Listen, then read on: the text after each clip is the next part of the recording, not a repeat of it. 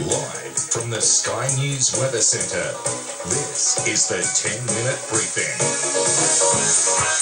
Very good morning to you. Thank you so much for joining us here on Sky News Weather, and welcome to your 10-minute briefing. I'm Rachel Rays, joined by our fantastic meteorologist, Rob Sharp. Today we're focused in on the New South Wales and Queensland coast, where we've seen some pretty heavy rain moving through, and we'll also cover Typhoon Jebi making landfall in Japan. But let's have a look at those rain totals. First of all, you can see 22 millimetres around Mackay, 9 for Brisbane, 17 in the Gold Coast. Ballina, 97 millimetres. In fact, it did just reach 100, and 31 for Coffs Harbour. So some pretty substantial totals. And that one for Ballina there, that is the heaviest rain we've seen there for September in at least 30 years. You can see we've still got quite a few showers running along the coast of New South Wales and Queensland. A bit of a gap around Rocky, and then a few showers up around Mackay, where we've seen some pretty heavy falls. In fact, some suburbs have seen as much as 99 millimetres. But the forecast for today is for some showers to still be continuing, mainly in the morning and the afternoon for coastal areas and the adjacent ranges. But the heavy totals we have been seeing, we've probably seen the last of that now. No more heavy rain to come, I would expect. Just a few more showers here and there.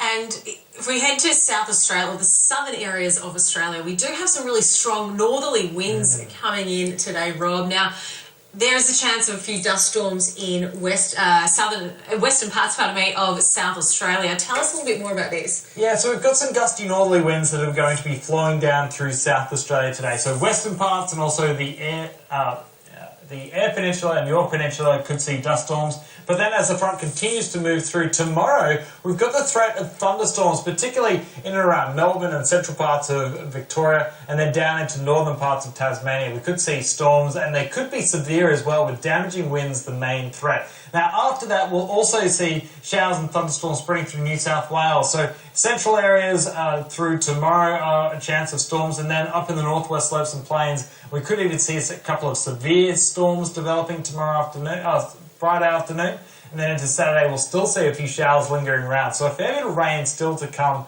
across New South Wales over the next few days. So it's going to be fairly substantial. So let's have a look at some of those rain totals that we're going to be seeing across New South Wales and through Victoria. You can see that on the screen in just a moment. There it is. So some pretty good totals, particularly.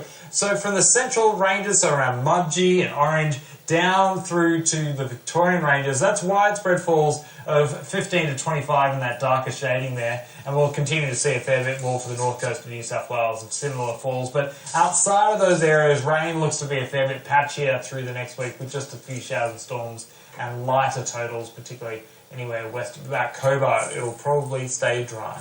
Rob, tell us about this severe weather you mentioned just a few moments ago. Where can we expect to see potential severe weather for the southeast and the east? Yeah, so for Victoria, it's tomorrow afternoon we might see severe thunderstorms with damaging winds, mainly for the north central district, and maybe just a little bit to the east off into parts of the Gippsland, and then for northern parts of Tasmania, most likely in the northwest. That's where we could see a couple of storms with damaging winds. Rain totals don't look huge from this event, but still we might see some localised flash flooding from some of this, but not severe flash flooding, I don't think. So is damaging winds going to be the main threat of these particular storms? Yeah, for these particular storms. But the ones in New South Wales on Friday, we might also see a bit of large hail in a couple of spots. We'll have to wait and see, though. Yeah, and we'll certainly keep you updated on that here at Sky News Weather. Let's head now to some international weather news, Rob, and have a little bit of an update on Typhoon Jebi.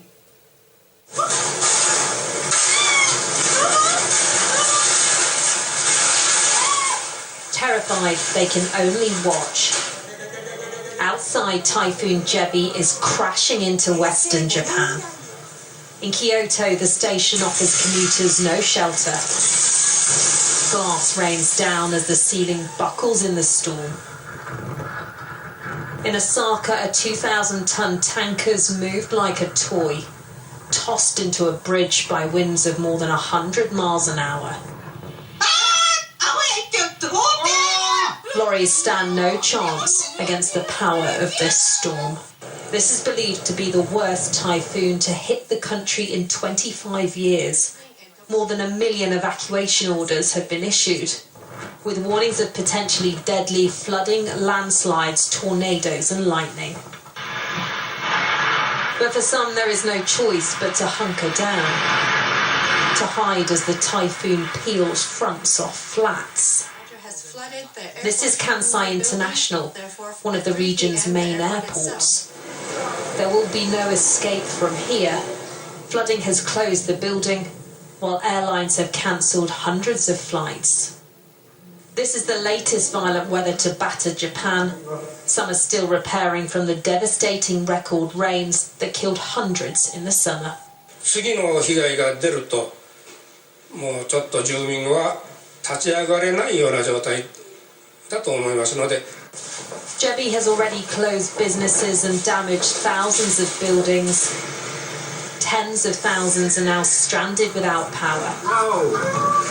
And the true force of this typhoon is only just becoming clear. Siobhan Robbins, Sky News. It's just devastating seeing that impact across Japan at the moment, particularly through those southern cities of Kyoto and Osaka.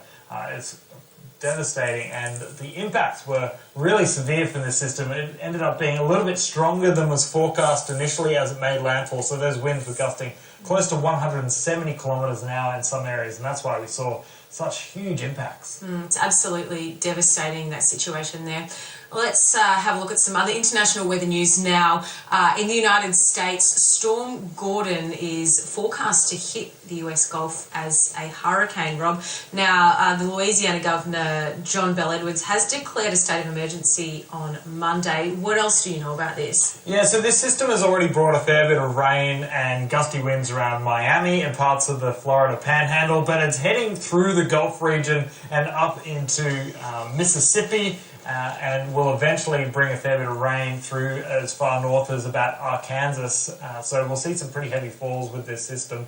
But it's looking to be a little bit weaker than the system that just impacted Japan, but it might get close to similar wind gusts as it makes landfall. But through these regions, generally speaking, I believe that people are a little bit more prepared for storms of this kind of magnitude, because in the Gulf Coast we see massive hurricanes moving through fairly regularly, whilst in Japan that kind of system is a fair bit rarer to be of that kind of strength, and that's why we saw the huge damage.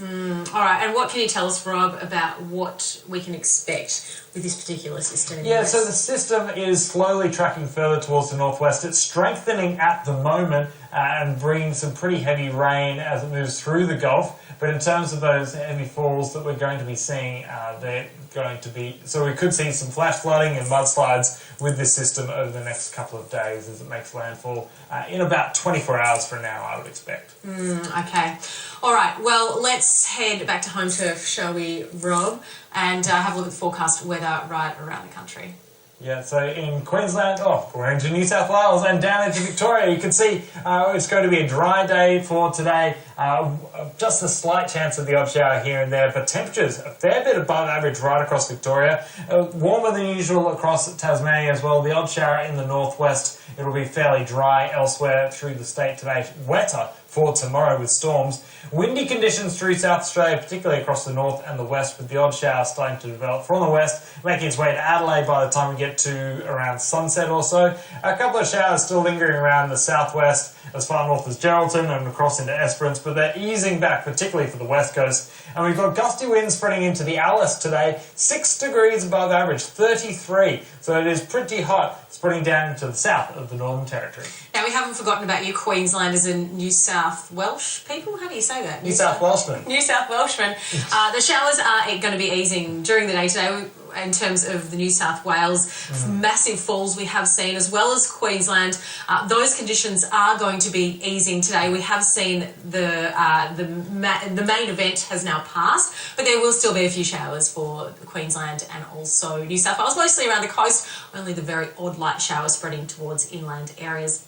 Well, that's a wrap for your 10-minute briefing, but stick with us because we'll keep you updated on the weather right around Australia, but also your capital city forecast will be coming up shortly, and of course your rain report. Stick with us.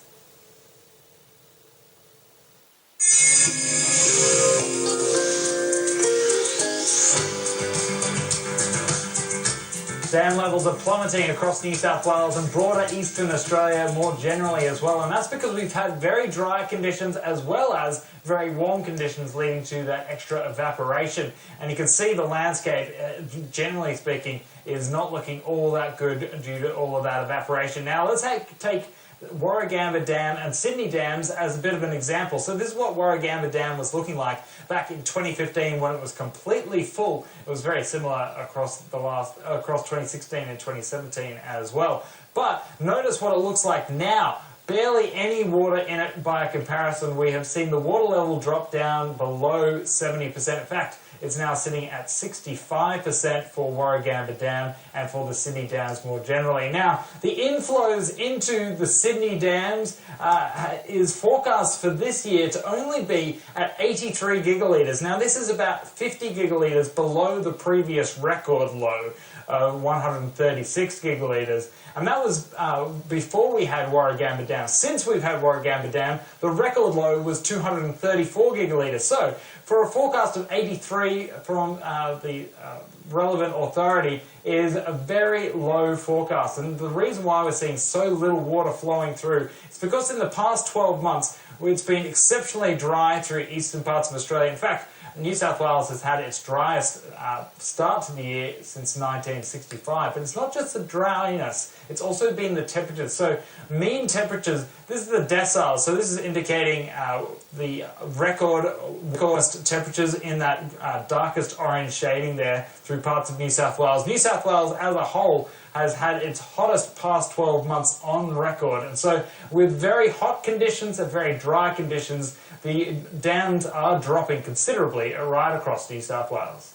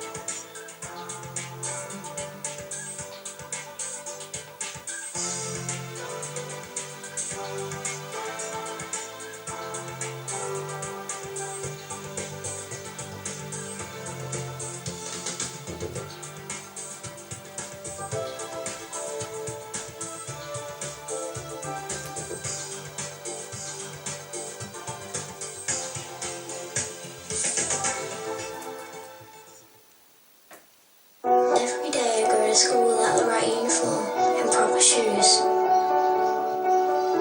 Most of the time, I just want to hide. And it's not just me. Lots of other kids don't have what they need for school either. There's no way I can even dream about going on excursions. So I don't ask anymore. Without some help, nothing's going to change. You can help end poverty one student at a time. 5,000 Australian children like Annie are waiting for sponsors right now. Please call 1-800-996677 to sponsor a child through the Smith family today. With someone like you by my side, I won't have to go without.